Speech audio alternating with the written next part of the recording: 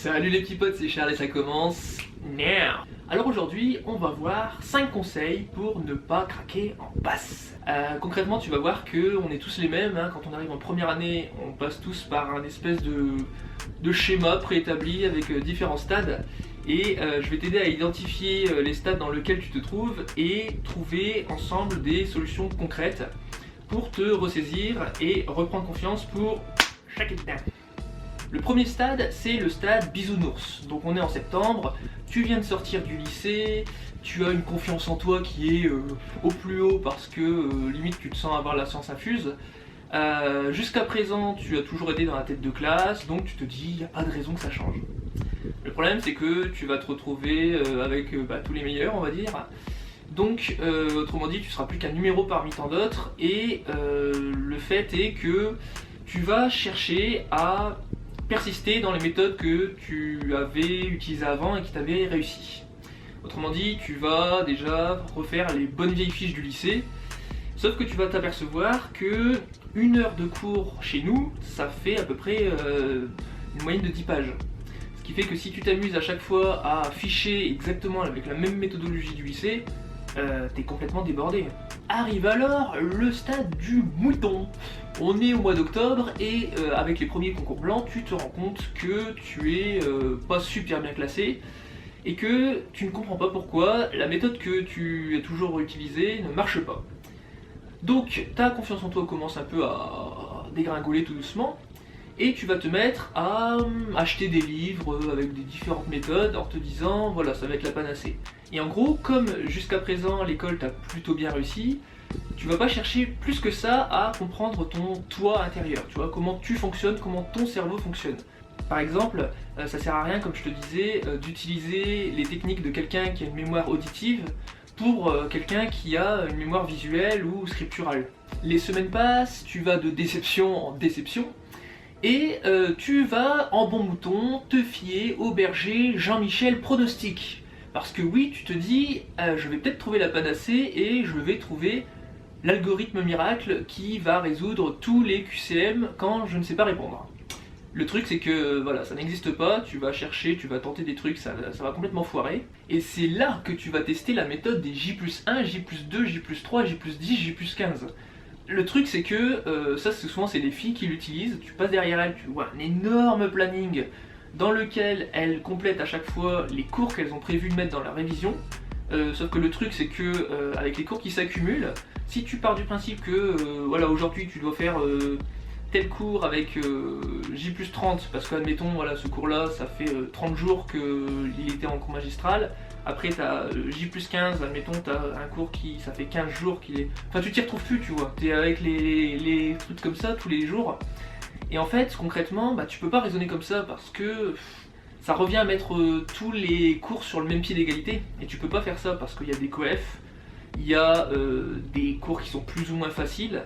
Et tu sais très bien au fond de toi que si tu classes aussi théoriquement, même si c'est super bien organisé en planning, c'est pas la panacée parce que tu sais très bien que tu as des cours, tu les lis au bout de 2 fois, tu les as compris. Tu as des cours, tu peux les relire 7 fois. Ça sera toujours pareil. Donc voilà, concernant la méthode des J, déjà, enfin pour moi, en tout cas, c'est plus pour se rassurer qu'autre chose. Concrètement, je vois pas de lien de cause à effet entre la méthode et le résultat. Concernant les mecs, c'est un peu plus freestyle, on va y aller plus au feeling, donc en général, t'as un retard encore plus monstrueux qui s'accumule du côté des mecs. Arrive alors le mois de novembre, et c'est le mois de l'horreur, parce qu'en passe, c'est le mois où il fait froid, où il fait sombre, où t'as pas de vacances de la Toussaint en général, donc concrètement tu commences à vraiment avoir le mort, et c'est là que tu vas te rentrer dans le stade du créateur, de l'expérimentateur. Tu vas te dire je vais réinventer la roue. Et avec le stress, tu te dis de toute façon perdu pour perdu, autant tester un truc farfelu. En général, ce que les gens font, c'est que le rythme biologique il en prend un coup. Ils vont commencer à calculer selon les cycles de sommeil, si je fais ça, est-ce que je dormirai mieux, je dormirai plus, ça sera plus ou moins récupérateur. Non, moi je te conseille simplement de... Tu peux tester plusieurs trucs, mais en général, si tu veux vraiment changer des habitudes, garde-toi une ou deux habitudes dans ton quotidien, ça sert à rien d'en avoir 15 000 si c'est pour pas les tenir sur le long terme et les oublier. Pour la petite anecdote, en parlant avec un major PACES, il m'avait expliqué comment il fonctionnait. Et en fait, lui, il avait sa méthode. En gros, il travaillait jour et nuit pendant 3 jours d'affilée, il se reposait les 2 jours suivants. Enfin, tu comprends bien que voilà, c'est toujours des méthodes. Alors lui, ça lui a réussi en l'occurrence, mais clairement, tous ceux qui l'ont copié, ça a foiré. Et alors du coup, tu vas me dire, ouais, mais Charles, comment je fais concrètement? Alors je vais te donner mes 5 astuces et à toi d'en faire ce que tu veux. La cinquième, ça va être d'extérioriser. C'est toujours super important, ça te paraît con, mais c'est une année où tu auras toujours tendance à te replier sur toi-même. Même quand ta famille, qui te veut pourtant du bien à la base, va essayer de chercher à échanger, tu vas toujours avoir en tête que c'est une perte de temps et en général tu vas les rembrouiller, on a tous connu ça. Mais voilà, dis-toi que c'est toujours important de parler, que ça soit avec des amis, des fois des amis extérieurs, ça peut aussi, même si je sais, je peux comprendre que ça peut être un peu frustrant de temps en temps quand tu les vois pas bosser et toi tu es tout le temps en train de bosser.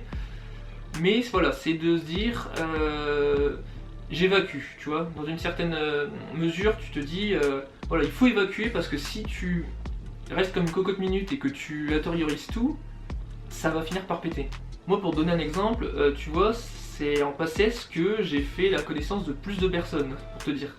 Parce que les voisins changeaient tout le temps, il y a eu la prépa, il y a eu beaucoup de choses. Donc, autrement dit, à partir du moment où tu es dans la même galère que, moi c'était 3195 personnes, tu peux parler avec eux, tu peux échanger.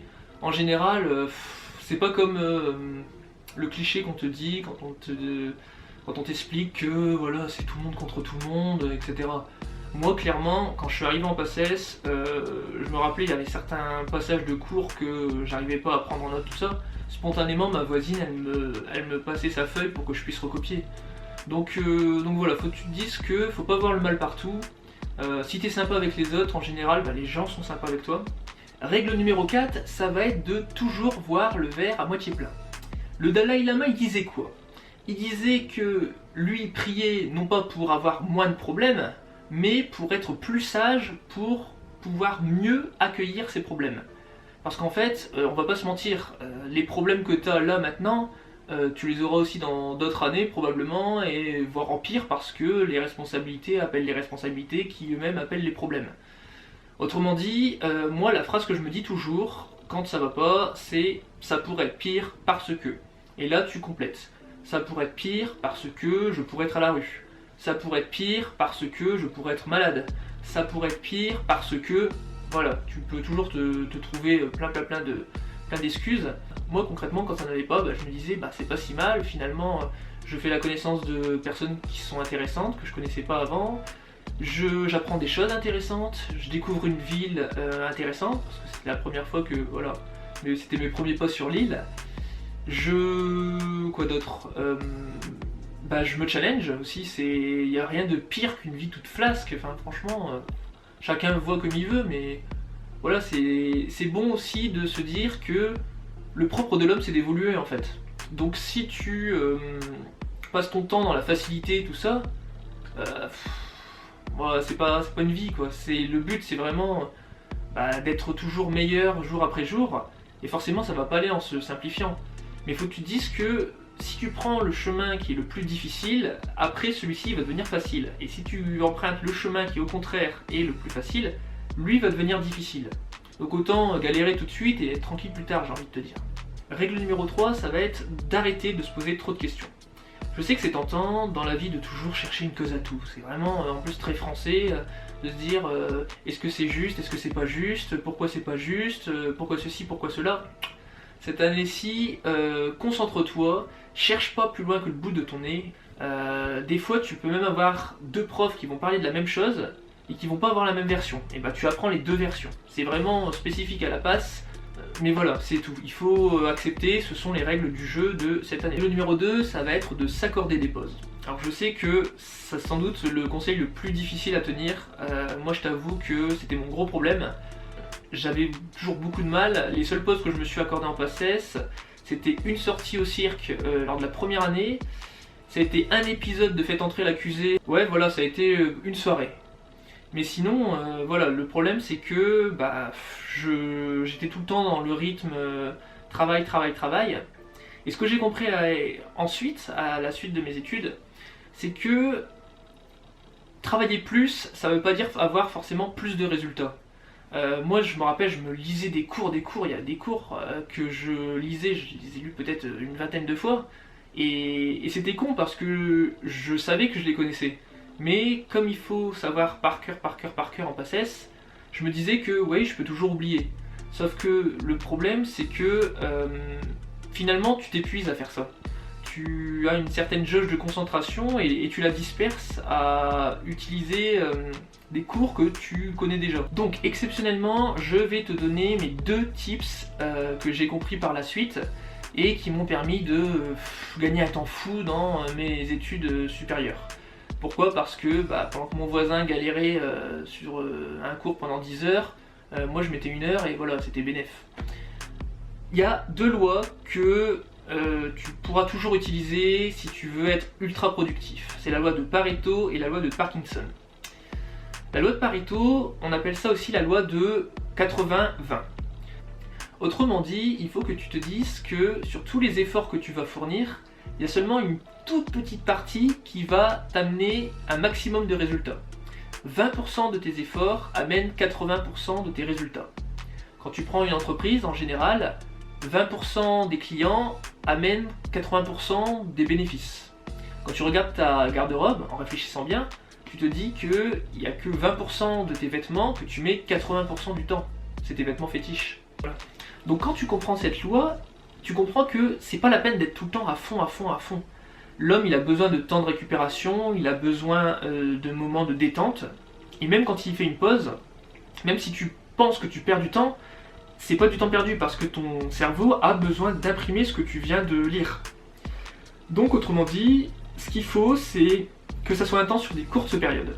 Si c'est pour lire un cours en ayant 80% du temps la tête dans les étoiles, ça sert à rien, c'est ni fait ni à faire. Autant que tu travailles avec un grand T ou que tu profites avec un grand P, tu vois ce que je veux dire? Donc voilà, quand c'est comme ça, tu comprends que c'est nécessaire de faire du sport, il y a beaucoup d'autres techniques que j'aurai l'occasion de te développer dans une autre vidéo. Concernant la loi de Parkinson, je vais te la résumer grosso modo. Si tu as X heures de travail devant toi, ton cerveau il va se calquer sur ce créneau. C'est-à-dire que si tu dis à ton cerveau j'ai 24 heures pour faire un travail, inconsciemment ton cerveau va procrastiner. Il va se dire voilà, j'ai encore du temps devant moi, t'es pas obligé, tu peux travailler au début mais genre mollo. Tandis que si tu lui dis voilà les partiels c'est demain, t'as plus que 4 heures de révision, là ton cerveau d'un seul coup tu remarques qu'il va chaquer dedans. Autrement dit ça correspond à la loi du qui peut le plus peut le moins. Dans une journée on a tous 24 heures et des fois tu vas te demander pourquoi cette personne là réussit mieux que moi, pourquoi elle est plus performante. C'est juste que des fois le fait d'avoir d'autres choses à faire, ça va la stimuler beaucoup plus dans son travail. Admettons ta vie c'est un camembert. Et dis-toi que si jamais tu n'as qu'un seul domaine auquel penser, par exemple là en l'occurrence c'est la PACES, à part travailler t'as pas beaucoup de préoccupations. T'as la capacité d'inhiber tous les autres problèmes quand c'est comme ça.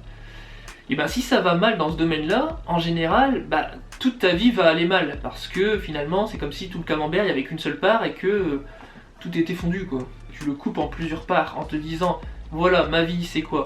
C'est mon travail, il y a ma part pour mes amis, ma part pour ma famille, ma part pour ma copine, ma part pour mes loisirs. Le fait de te dire aussi, je sais pas moi, là je vais utiliser ce temps-là pour faire du sport, là pour faire de l'assaut, t'as toujours, quand tu te couches, cette satisfaction de te dire, voilà, le camembert il est jamais, tu atteins jamais le bonheur suprême, à chaque fois t'as toujours un truc qui va pas. Mais t'as toujours la satisfaction d'avoir au moins réussi quelque chose quelque part. Donc tu vois, c'est très important de se dire, voilà, en PACES, il n'y a pas que le travail. Parce que finalement c'est aussi une question de mental et si ton mental ne tient pas, tu tiendras pas. Donc voilà, je pense que tu as compris que des fois il faut savoir freiner pour mieux redémarrer. Par exemple moi concrètement, la journée avant le concours, tout le monde bossait comme des fous, moi je ne faisais rien. Clairement c'était je me disais déjà que le jour du concours ça allait être intense, mon cerveau il allait être sollicité à mort de tous les côtés. Je vais pas m'encombrer l'esprit la veille du concours avec des cours. Je sais très bien que les cours c'est du long terme. Si je le sais en général, bon voilà, il n'y a pas de danger que ça disparaisse en une journée. Et voilà, à la place j'allais à la piscine, comme ça quand je sortais de la piscine au soir, et je faisais une super bonne nuit, j'avais pas le stress du concours on va dire, ou bien je l'avais mais vraiment c'était beaucoup plus atténué. Et surtout j'étais reposé parce que le lendemain j'avais un cerveau qui était comme neuf.